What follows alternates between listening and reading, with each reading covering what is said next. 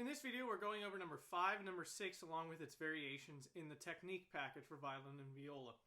Now this is all about string crossing. Number 5 is simply basic string crossings, while number 6 is an exercise for string crossing. Now, as simple as this may appear, as basic as this skill is for playing any string instrument, it takes a lot of effort to get really good at it. Crossing strings can be done a lot of different ways. We can be super inefficient about it and use tons of arm. We can be really small. We can also be very unclean about it, or we're hitting multiple strings and we're not really cleanly playing each note. So the point of this is to get more confident switching strings as efficiently as we possibly can. A lot of this happens in the wrist and in the elbow. In this area here, switching those strings, you can see I'm switching strings quite easily just by moving my arm. I'm not using my shoulder. I do not need to use my shoulder.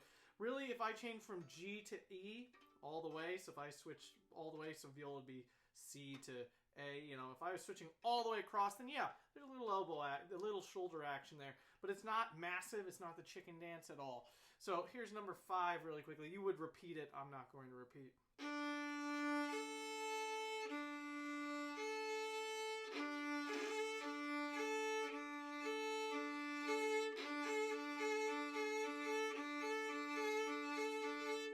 The faster the change happens, the smaller the motion becomes, so that you can continue to be really efficient when you switch.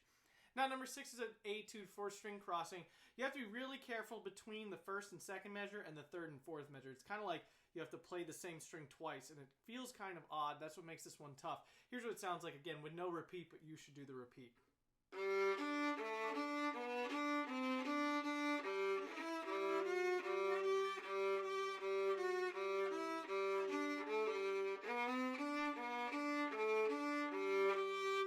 See, I even messed up a little bit there between 3 and 4, doing that weird kind of string change.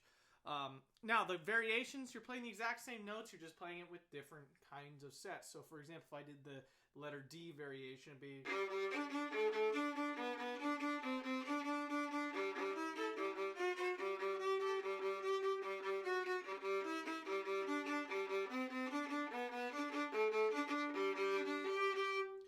And for example, the letter A variation.